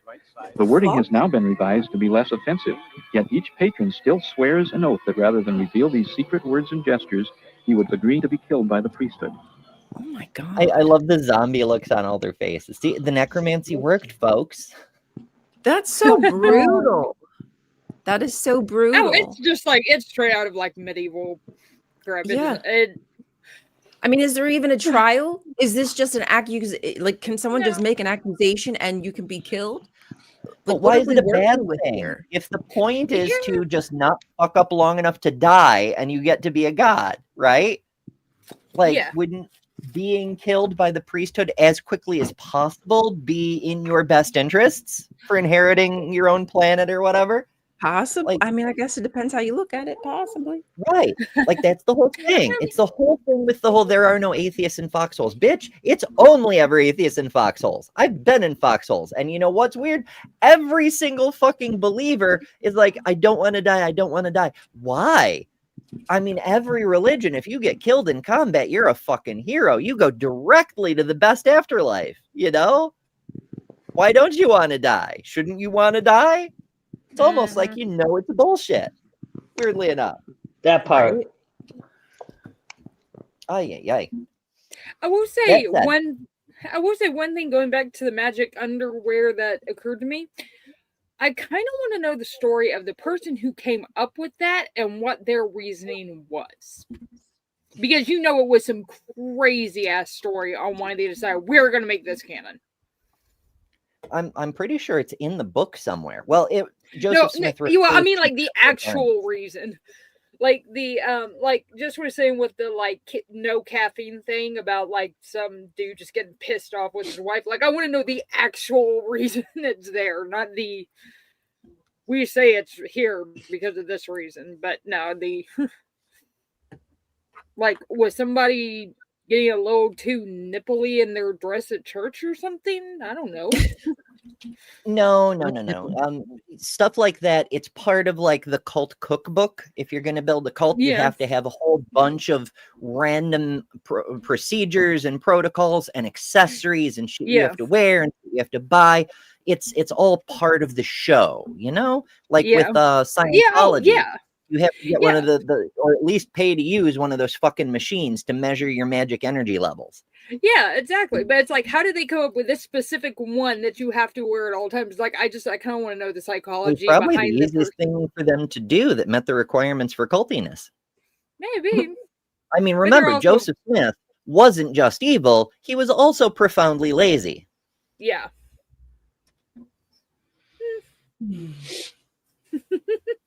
I can imagine a few crazy scenarios. Underwear. He's even lazier than we thought. He stole the underwear from the Masons. He stole their underwear. What didn't he steal from? For real. Oh, fuck. Our living prophet has told us there are three purposes of the church. One is to proclaim the gospel that we've talked about. The other is to perfect the lives of the saints. And the third is to redeem the dead. Consequently, we're actively engaged in doing research work of names and places of birth dates of our families, as well as all other mortals that we possibly can. In recent years, the Mormon Church has resorted to using their Baptism for the Dead program as a recruiting technique. They have begun targeting potential converts by telling them, does Abe Lincoln even have living descendants? Like, I know his son was still alive during Teddy Roosevelt's term, but I don't know if he ever had kids that survived. Oh, no. Does Lincoln have descendants? No. Like, he has a nephew. It's his like great nephew or something, and he actually does historical reenactments as Abraham Lincoln. Sounds exactly like him too. So okay, so his last direct descendant, Robert Todd Lincoln Beckwith, died in 1985 with no children. However, he does have distant relatives such as Tom Hanks and George Clooney. I'm not sure if Google made that up, but I mean, it could be. You know, if you go far enough back, you're related to a lot of people. That they can provide salvation for their unsaved loved ones who have already died, thus deceiving vulnerable people with a false sense of hope. Ed Decker is thus Ralph deceiving Lincoln. vulnerable people with false hope. Remember, the guy who put this together thinks regular Christianity is just fine. He does not see, and this is what drives me crazy about people like this who are like, oh, well, this faith is obviously false. Cool. Apply that same critical thinking to the shit you yourself believe. Right. And somehow it also is obviously false, and they won't do it. Use that same critical lens, would you? Thank you. I'll put in the chat. That's Abraham Lincoln's nephew, great nephew, great nephew, something like that. He's got a whole website and everything. Oh, in the private chat. Yeah, sorry. Lincoln cousin. Oh, because that's bad. Because remember, the play Lincoln got shot at was our American cousin. So this is a Lincoln cousin. Yeah, but yeah, that's actually him. He's actually fairly well known for doing Lincoln impersonations and living history and that kind of stuff. Yeah, he had some vague similar. I mean, he's human shaped. I'll give him that. I've seen some other images of him where he looks a lot more like Lincoln than in that photo. But yeah, I mean, yeah, with sufficient makeup, like you'd have to seriously augment the cheekbones, but you can do that with like contour and highlighting. Hollow out. You need to massively deepen the brow ridge, but again, you can use makeup for that. So the ears would be tricky. He'd have to like put some kind of wedge behind the ear to make it stick out correctly. I don't know. I should show people what the fuck I'm talking about. It's this. It's the left side. Obviously, the right side is Abraham Lincoln, and this is the distant. Yeah, but when relative. you see it with like the whole with the whole thing in the top hat and talking and all that, it can make you forget you're not actually looking at Abraham Lincoln. The interesting thing about Lincoln too is that apparently he had an unpleasantly high voice. There's no records of it, but that's what was said multiple times by multiple people, was that he had a unpleasantly high voice. That really? Win immediately following the Lincoln Douglas debates. It was after the written copies got out that people are like, "Hey, this Lincoln fucker, he knows his words and things." And there are at least 2 documented instances of him walking somewhere, somebody coming up to him and either saying something or getting in his face, and Abraham Lincoln picking them up by the neck and tossing them aside like a rag doll. It's been documented at least twice, which is one of my favorite facts about Lincoln, because you see this, like, yeah, dude was strong as hell. Is one of the times in Abraham Lincoln Vampire Hunter? No. Because, I mean, there's at least as much evidence that Abraham Lincoln was a vampire hunter as Jesus Christ was the living God being something. You know, like there's a book that says so. So they're on equal footing, you know, historically speaking. Not really, because we know Abraham Lincoln was real. I don't know. That's true. We can demonstrate Lincoln actually existed. And again, I'm not a mythicist. I'm not out here saying Jesus definitely didn't exist. But the fact we can't be sure is a problem. I had a whole mythicist argument with somebody this week. It was apparently they were equating me saying with like, no, Jesus probably existed. We're saying, who do you get your sources from? William Lane Craig? No. I mean, he probably did. It would be a lot easier, like King Arthur, right? Like King Arthur is a literary amalgamation, but it's of 3 different people who actually did exist, and then a whole bunch of poetic license, right? So maybe there wasn't a Jesus. Maybe there were half a dozen people who got amalgamated into the stories of Jesus. But it's a lot easier to just say there probably was a person or persons. It's Hey, Kyle and Dr. Kip and the mighty Filbert and all of the new people that have come into chat. Oh, Kip misses Kip. Oh, puppy.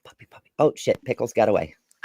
Sorry. I was reading comments. Someone mentioned that there's a Jehovah's Witness one similar to this, and I think we should do that because Ryan might have some things to say. On what would you say? There's the JW version of this. Yeah. Oh, what, of like a movie like this? Yeah. Yeah, I do think there is a JW one, isn't there? We could do a reaction to that one too. That would be fun. Yeah. Good idea. I would love to see one for like just mainline evangelical Christian, maybe done from a Catholic perspective, and then one for the Catholics, like all these different Christianities calling the other Christianities batshit crazy for the same reason their own thing is batshit crazy. Especially all these kettles calling each other black pots. It's true, Brandon. JW does have more cartoons. They make their own cartoons. Yeah. I mean, they have some. If you want to watch maybe one of the updated ones just to see how indoctrinating they are, that would be a good show too.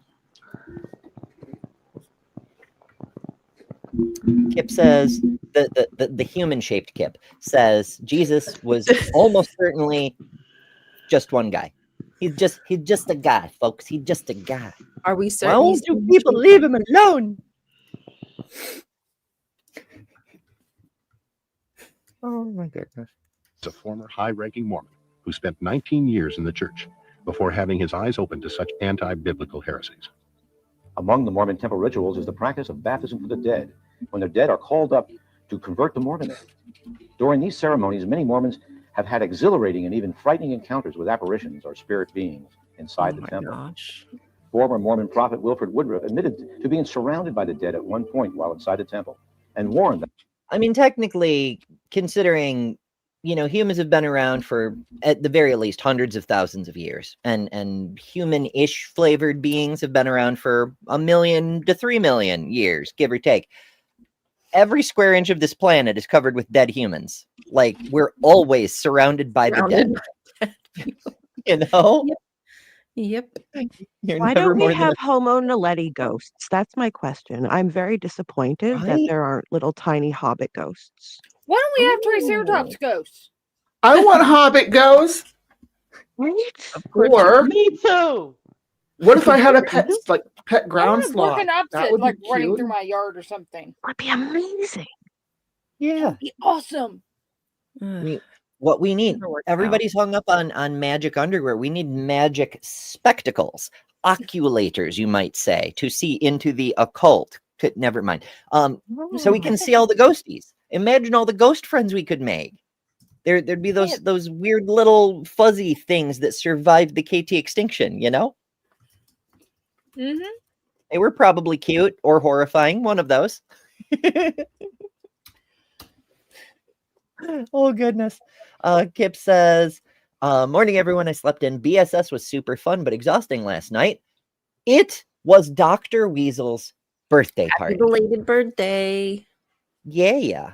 I mean, I don't expect Dr. Weasel will ever see this. That's probably the reason Maya's not here, because, work, but also BSS last night. But for anybody who doesn't know, Bad Science Sunday is on the Maya Atkinson channel. Sundays, usually at 9:30, but sometimes earlier. Since Kip's logged in, can we talk to him about how much he's licking Lilith? I mean, he's on the screen licking her right now, like shamelessly. Dude, we're doing a show here.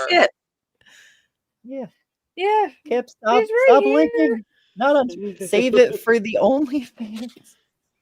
Oh no. But everyone else on screen has a channel too. For example, Bree does Hive Psi. I do. Hive is awesome. Yeah. Oh, I'm Life big up on the screen. Hey, I do Hive Sci. Every Saturday morning we do a show. It's about 3 hours. We divide it into 3 segments. We start the show off with Cryptic Corner, where we explore the hold on, I got it here. I got my intro right here. On Cryptic Corner, we're going to be exploring the unexplained, the supernatural, the paranormal and hidden, the mysterious, the alien, the cursed, and the forbidden. And then we do a segment called Weekend Weird, where we talk about all kinds of weird woo stuff, religious stuff, flat earth conspiracy stuff, all sorts of nonsense. So, and then we wrap it up with Breeze BC. It's every Saturday morning at 9:30 Central Time. And you can participate by going to the community page for Hive Sci. That's HIVESCI, Hive Sci. And you can vote on the polls that we have out there. Actually, don't get the polls up for this week. They're going to go up later this morning. But you need to get your butt out there and you need to vote. Yeah. Hell yeah. And Kelly also has a channel, a fairly new channel, if I recall. Yes. Yeah. Detroit Atheist Queen. Yes. And she has a special guest on Tuesday. Yes, I wonder who that will be. I don't know who would it be. I guess you gotta watch it and find out.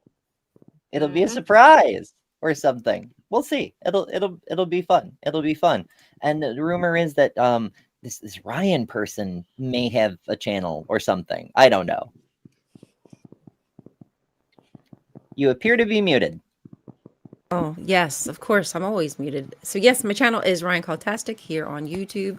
I make content that ranges from my experiences as a Jehovah's Witness. I like to read the Bible, debunk things, especially considering that I was brainwashed to see the Bible in a very specific way. So it's kind of fun to deep dive and learn more. So, yeah, follow me if you're interested. And I do speak about politics, so be aware, FYI. But yeah, please follow, like, subscribe, share, all that fun stuff. Hell yeah, lots of fun stuff. And speaking of fun stuff, Jess has been up to no good recently. I have no good. I've been making shorts and I've been taking a break this week. I got a little burnt out, but I'm going to be back to making them again this week. And I like doing pseudoscience shorts or talking about apocalypses that never came to pass. Unlike Mormonism, where it came to pass, Behold. We like to have fun, so come join us over on How to Rule an Asteroid. We're going to be doing some lives. Lil and I are doing Reasonably Crafty this week. I don't think we have a day yet that we're doing it for this week, but we will announce it when we do. And you should join us for some discussion on religion and politics while we make crafts. Hell yeah. And before it's unreasonably fun for a show about reasonableness, but details. Yes. Yeah. But I do want to say the produced videos you've been producing make us all look really, really weak sauce. Like you're just kicking the shit out of it. You might say your content is out of this world. Haha. Haha. Oh, I like that. I like that. Yeah. But speaking of the crafting thing. Oh wait, I'm getting okay. We will skip our other person for a moment. Apparently, there's some disturbance backstage. I'm Ember from Better Than Ember. I do a lot of stuff, including a morning show that follows this morning show every weekday at 11 a.m. Eastern time.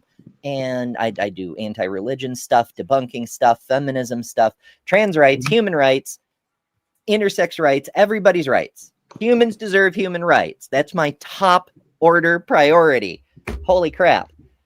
But I don't want to go on about myself. I want to point out that you can find all of us if you're not getting the links in the chat, if you can't find the links in the description, whatever the case may be, you can find all of us on betterthanember.com, where I keep all the handy links for all the things right here at the creators link on the right side.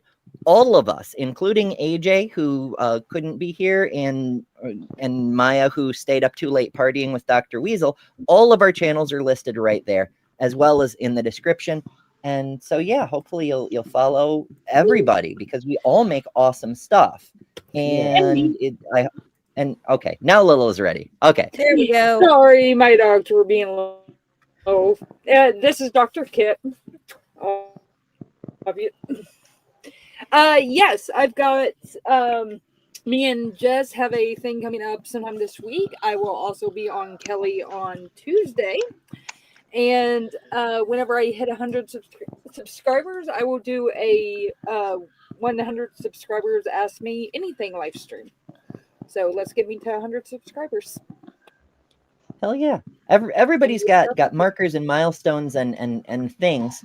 Lila's working on 100. AJ just hit 666, which of course is a big deal for all of us, you know. That is big. Heretical channels. Yeah. And all Jess kinds of is goodies. 1,000. And just passed 1,000 not long ago. Maybe yeah. 2 weeks. So yeah, we're all cooking. We are. Yeah. And Jess also helped create my intro video. So if you guys see that, she did that. She did the damn thing with that. I love it. Hell And yeah. also, Jess, I want you to do a reaction video with me with a certain person that made a video. We know I'm talking about one we both don't like. So I wanted to did a reaction video. Okay. Let's discuss. We'll discuss after the show. Let's do that. Yeah. Yes. I'm in. Hell yeah. Alrighty. Yeah, we've got a few more minutes. We can go a little bit further in our magic video here. Okay. The dead will seek out others who enter the temple. Joseph Smith was a sorcerer and practiced crystal ball gazing, or fortune telling, and was convicted of this practice by the New York courts. Smith's practices of magic. Well, he was convicted of fraud. It's not like New York was like, you're guilty of witchcraft, we're going to burn you. They were like, you're claiming to have magic powers and you're defrauding people. You know? I wish we would do that. It's so wild because like he did his bullshit and then like immediately after the Fox sisters started up just up the road and they became world famous. So whatever. Over an apple. Necromancy led him annually during a witchcraft holy day to the Hill Cumorah in New York, specifically to seek encounters with a spirit being called Moroni. During this time, he would attempt to conjure up the spirit from the dead. There is strong evidence that in 1824, Joseph Smith actually had to dig up the body of his dead brother Alvin and bring part of that body with him to the Hill Cumorah in order to gain access to the gold plates on which were written the Book of Mormon. After his Sounds like a D&D campaign. I don't think they're rolling for persuasion very well, though. I was thinking like World of Warcraft side quest. You must bring me the bones of your brother. Yeah. If we're about to wrap up, let me know when you want me to do this Bigfoot thing, and I will. Oh, if you've got a maybe thing we you should want to do that to wrap up. Yeah. All right. Yeah, we could So close the this- show. How many minutes is it? It's not. I'm reading a thing. It's not even gonna. There's no video or Oh, anything. you're reading. Okay, well we can just do it now. And if we end up a couple minutes early, it's not a huge deal. I'll just start the next show slightly early. It'll be fine. So yeah. And I got it shared down here. And this is actually from their own website. I have to remove the other media before I can add this media. Ugh. Yeah. So this is the LDS website. There's actually a couple of pages that they have on this specific topic. Is Cain Bigfoot? This is something I remember hearing, and this is not me speaking, this is the author. This is something I remember hearing as a kid in California long ago and thinking, this is a thing? Who comes up with this? Where did someone even think to ask that? Then I read The Miracle of Forgiveness. I'm pretty sure this is where it comes from. So apparently there's a book called The Miracle of Forgiveness that explains that Bigfoot is actually Cain. The instance of the first murder is instructive, though thoroughly taught the gospel by his parents. Cain loved Satan more than God. He became rebellious, carnal, sensual, and devilish. Cain was to become the father of Satan's lies and to be called perdition. His culminating sin was murdering his brother Abel, which he did by secret covenant with Satan and gained Abel's possessions. As a punishment, the Lord co-signed the wicked Cain to be a fugitive and a vagabond and placed a mark upon him which would reveal his identity. On the sad character Cain, an interesting story comes from, I'm going to try this, Lycurgus A. Wilson. Lycurgus, that's a name. Book on the life of David W. Patton. From the book, I quote an extract from the letter by Abraham O. Smoot. You got to trust a guy named Smoot. Giving his recollection of David Patton's account of meeting a very remarkable person who represented himself as being Cain. And I quote, I was riding along the road on my mule and suddenly noticed a very strange personage walking beside me. His head was about even with my shoulder, and I sat in my saddle. He wore no clothing, but was covered with hair. His skin was very dark. I asked him where he dwelt, and he replied that he had no home, that he was a wanderer in the earth and traveled to and fro. He said he was a very miserable creature, that he had earnestly sought death during his sojourn upon the earth, but that he could not die, and his mission was to destroy the souls of men. About the time he expressed himself thus, I rebuked him in the name of the Lord Jesus Christ, and by virtue of the holy priesthood, and commanded him to go hence, and immediately he departed my sight. When it comes to historical accounts like these, that's a historical account, by the way, not folklore, it's a historical account. It happened. Held in historical records. It is important to understand both the provenance and complexity of the second and third hand account. It is good to note that Elder Kimball wrote an account of David Patton that was found secondhand on a letter written by Abraham O. Smoot. The man in question said he was Cain. Just because someone said he's Cain doesn't mean he is Cain. I like to think the story is one of those great Mormon urban legends that have come across as a seminary teacher in the years that I have taught. Just think about it. Very few men have been able to translate, and these individuals were extremely righteous. Yeah.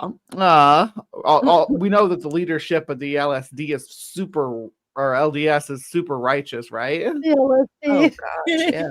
I said LSD too. John, I blame John Hudson for that. Damn it, John. Fair. Yeah, that's about it. Just that's the story. It's this gentleman, this Mr. Patton, was riding his horse one day and he met Bigfoot, and Bigfoot told him he was Cain. And from then on out, the folklore has spun. And like I said, they have multiple pages on this. Here, let me pull up another one just to show you. They really want to make sure that this story is understood that this is not canon, non-canonical, because it makes its round so prevalently. There may be more to fear from Bigfoot than the fact that he's big and hairy. Some say the legendary North American wood ape is Cain. Though there's no way to prove or disprove this particular tale, knowing the source of the legend can shed some light on why this conclusion was made. And then he gives the same little account about him destroying the souls of men. And this is on their folklore page, right? This is again their official website, just breaking down different folklore topics that are that have found themselves attached to the Mormon Church, and that they want to. Basically, these are all things they're wanting to denounce. We got Mick Jagger talking about the gospel, of course, because Mick Jagger. Youth were generals in war in heaven. We just talked about that. That was just something that actually just came up about the youth, the child priest. But Bigfoot is Cain is probably my favorite. The three Nephites is another piece of folklore. The white horse prophecy. They have a lot of wild stuff to dive into. If you want to go out to LDSliving.com, that's where I found all this nonsense. Anyway, that's all I got. Well, I really respect when a legendary creature is honest and upfront and says, "My name's Cain. I'm Cain." You got to I'm respect here to that. destroy the souls of men. Why would you start with that? Why not? Like, Oh my goodness! Thank you for sharing that with us, Bree. yeah.